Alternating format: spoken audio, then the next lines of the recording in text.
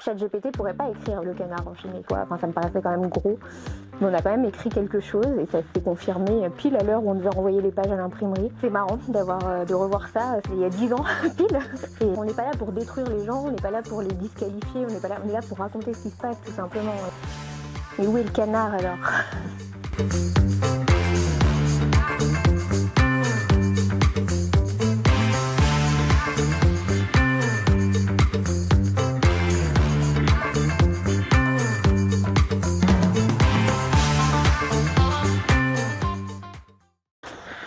Bonjour.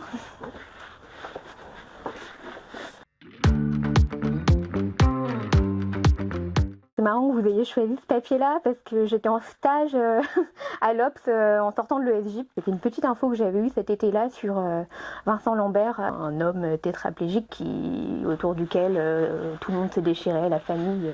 La collègue d'Ohan Bui, qui est une amie aujourd'hui qui s'occupait de ce dossier, était partie en vacances et m'avait dit surveille au cas où s'il y a des rebondissements dans l'été. Donc moi j'avais appelé tout le monde. Je m'étais dit bon bah allez je tente, donc j'avais appelé la famille des deux côtés, il y avait 2 camps. J'avais appelé tous les avocats et en fait c'est comme ça que j'avais eu l'info, quoi. Je me souviens de l'excitation d'avoir eu cette info qui n'était pas sortie, d'être montée voir la direction, de dire bah, je crois que j'ai une info mais je suis pas sûre, que quelqu'un peut vérifier quand même avec moi. C'est marrant de revoir ça, c'est il y a 10 ans pile.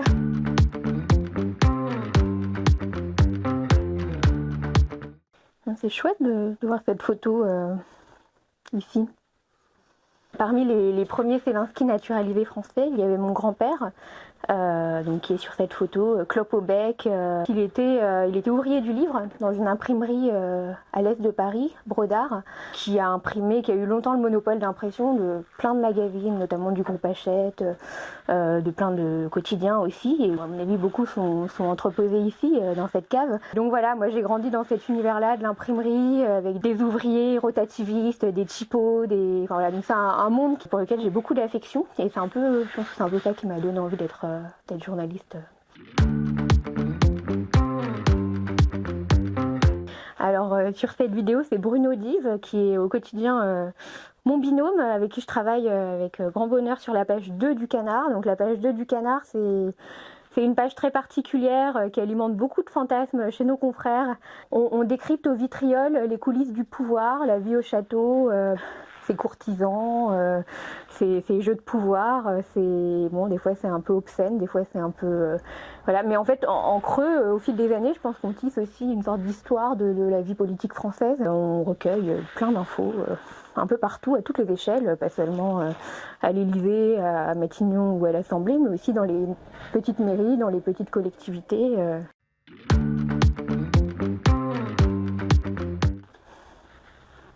Bonjour Charlotte, j'avais simplement une question à te poser quand même qui me taraude. Tu sais, l'image qu'a le Canard enchaîné auprès des jeunes journalistes, c'est un journal fait par des vieux, pour des vieux.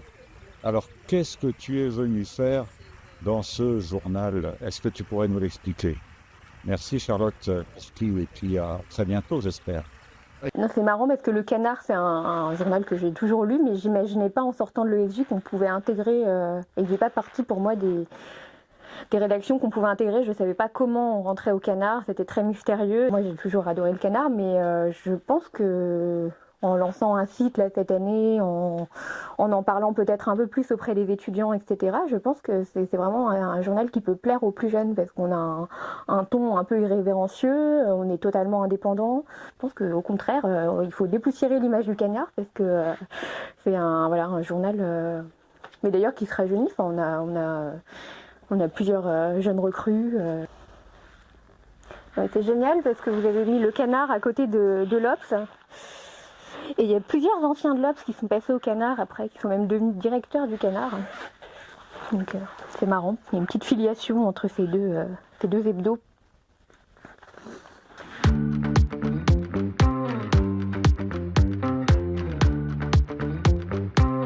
À l'Obs, j'ai été rubricarde, comme on dit, sur la droite. J'ai couvert plusieurs élections régionales, présidentielles, législatives, municipales. Et alors, Éric Ciotti, c'est marrant parce que moi j'ai un fort tropisme niçois. Quand j'ai fait mon stage en PQR étudiante à Lille, j'étais à Nice ce matin. Donc c'est marrant de voir effectivement la trajectoire d'un élu comme Éric Ciotti. Ça m'a pas tant surpris que ça, cette bascule, parce que lui, son rêve, c'est la mairie de Nice, et l'électorat dans le sud est très, séduit de plus en plus par les idées du Rassemblement national. Donc ça m'a pas paru totalement incongru, cette bascule. Après, c'est vrai que ça peut être surprenant quand on connaît l'histoire des Républicains. Mais je me souviens au Canard, en plus, il a annoncé sa décision un mardi. Nous, on était en plein bouclage. Alors j'avais eu des échos, j'étais pas sûre que ça soit, ça me paraissait quand même gros, mais on a quand même écrit quelque chose et ça s'est confirmé pile à l'heure où on devait renvoyer les pages à l'imprimerie. Mais ouais, ça raconte une évolution de la droite en France, ouais. Mais où est le Canard alors?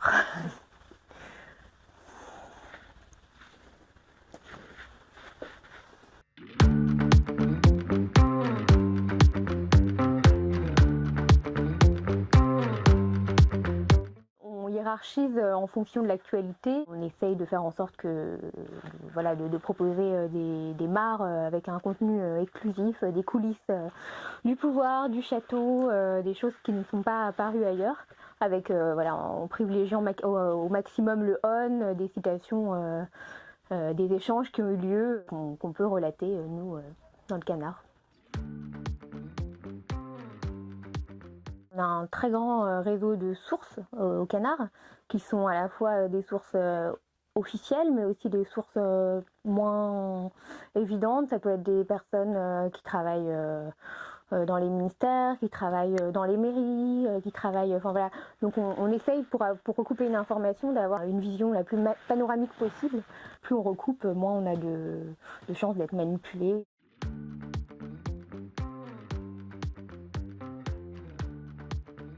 Les fondateurs du Canard, en 1915, Jeanne et Maurice Maréchal avaient un vœu, c'était de rester indépendants, de vivre uniquement de la vente du journal et d'éviter d'avoir des publicités. On n'a pas d'actionnaires qui nous disent attention, ça il faut pas le faire, ça il faut pas le publier, etc. En revanche, c'est vrai que comme la page 2 est très lue, dans tous les cercles du pouvoir, on va avoir systématiquement le mardi des gens qui sont pas contents. C'est plutôt bon signe d'ailleurs, mais en fait ils n'ont aucun moyen de pression sur nous, donc ils nous le font savoir. Éventuellement ils nous communiquent un droit de réponse, et nous dans ce cas-là on peut dire attention, on a 4 témoins de cette scène, donc on peut nous maintenir que cette information est vérifiée et que cette scène s'est réellement produite. Je me souviens cet hiver, nous avions publié une mare sur l'hypothèse. Alors à l'époque, le procès de Marine Le Pen n'était pas encore. On n'avait pas encore la décision. On ne savait pas qu'elle allait être inéligible. Et on avait raconté une scène en page 2 qui relatait en fait un échange entre plusieurs cadres du Rassemblement national. Et au cours de cet échange était évoquée l'hypothèse de cette inéligibilité. Et donc l'hypothèse que Jordan Bardella se présente à l'Élysée à la place de Marine Le Pen et qu'elle aille à Matignon. Et ça avait mis Marine Le Pen très en colère. Elle m'avait appelé le mardi même et elle m'avait dit mais c'est faux, cet échange n'a jamais eu lieu, je dément. Je lui avais dit écoutez, faites-nous parvenir un droit de réponse, on publiera. Mais nous, on a plusieurs personnes qui nous ont raconté cette scène. On a su après que dans le canal Telegram, avec ses très très proches, elle avait mis un mot oui, nous avons parmi nous un mythomane de première. On l'a raconté après parce que on a su tout ça. Et c'est drôle parce que l'ironie de l'histoire, c'est que quand les gens se plaignent et qu'ensuite la réalité les rattrape, tous nos confrères se sont fait le relais aussi de cette hypothèse. Bardella à l'Élysée, Marine Le Pen à Matignon. Du coup, ça décrédibilise aussi les élus qui tentent de faire pression comme ça.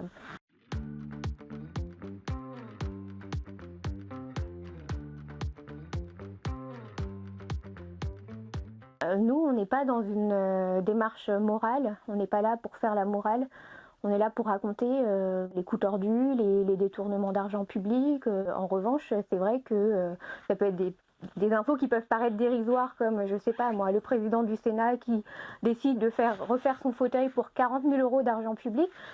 Nous, on estime que ça mérite d'être raconté. Après, effectivement, ça peut avoir des répercussions beaucoup plus graves. On se souvient, enfin beaucoup plus conséquentes, on va dire. En 2017, quand le Canard enchaîné avait révélé l'affaire des costumes et de l'emploi fictif de Pénélope Fillon, ça avait été complètement... ça avait disqualifié François Fillon pour beaucoup d'électeurs de droite. Et donc effectivement, des fois, il y a un impact très concret, très immédiat. On n'est pas là pour détruire les gens, on n'est pas là pour les disqualifier, on est là pour raconter ce qui se passe tout simplement. Et c'est vrai que ça nous paraît important, c'est notre rôle de journaliste aussi de raconter, de rendre publiques ces informations avant notamment des élections.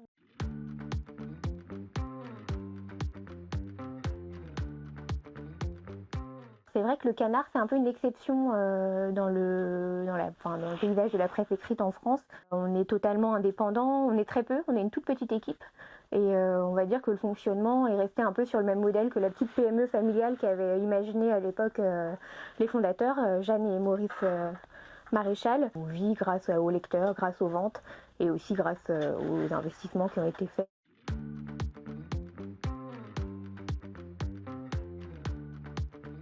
Je pense qu'on a justement un énorme défi et par exemple quand on voit le succès du site internet qui a été lancé en octobre dernier et qui a plus d'abonnés numériques que d'autres hebdos qui sont présents sur internet depuis les années 2010-2000, je pense qu'on a un bon, on a une bonne marge de progression possible, d'autant plus que c'est très peu cher le Canard par rapport à beaucoup de concurrents.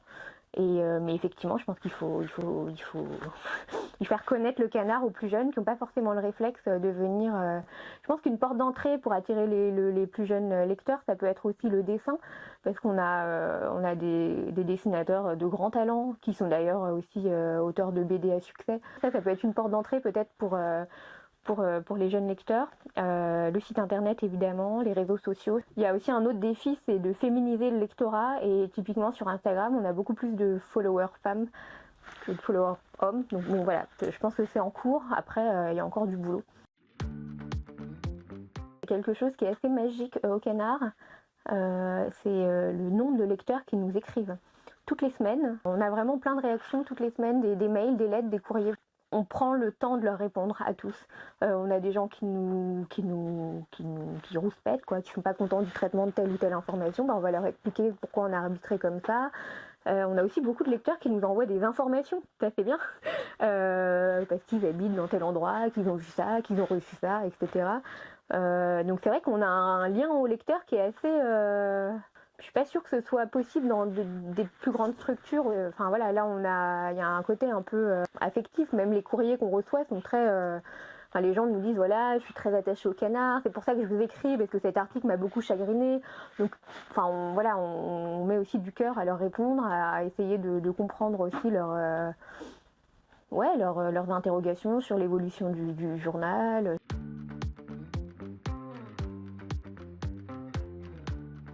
Je pense que les élus nous pardonnent d'être un peu, de les caricaturer un peu, de leur donner des surnoms, on a des personnages des fois très romanesques qui sont tout le temps dans les coups tordus, qui sont tout le temps dans un peu l'extravagance, etc. Mais c'est vrai que le Canard, la spécialité aussi du Canard, c'est d'avoir une plume très particulière et un ton qu'on retrouve pas dans d'autres journaux de presse écrite.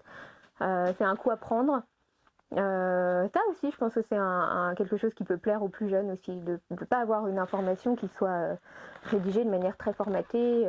ChatGPT pourrait pas écrire le Canard enchaîné. Merci. Je peux l'ouvrir? Ah là là. Le Canard du 26 juin 1991. C'est celui de la semaine de Manifeste. C'est génial. Ah mais l'Obs aussi. Ah mais c'est génial. Alors, qu'est-ce qui s'est passé le 26 juin 1991? La une, c'était Tonton. Donc Tonton, c'était le surnom de Mitterrand. Tonton oublie notre ami le droit. C'est génial comme cadeau, merci. Et alors, la une de l'Obs, spécial banlieue avant l'incendie. Ah, c'est extraordinaire. Merci. Ah, mais c'est trop bien. Mais merci d'avoir déniché ces archives de la semaine de ma naissance.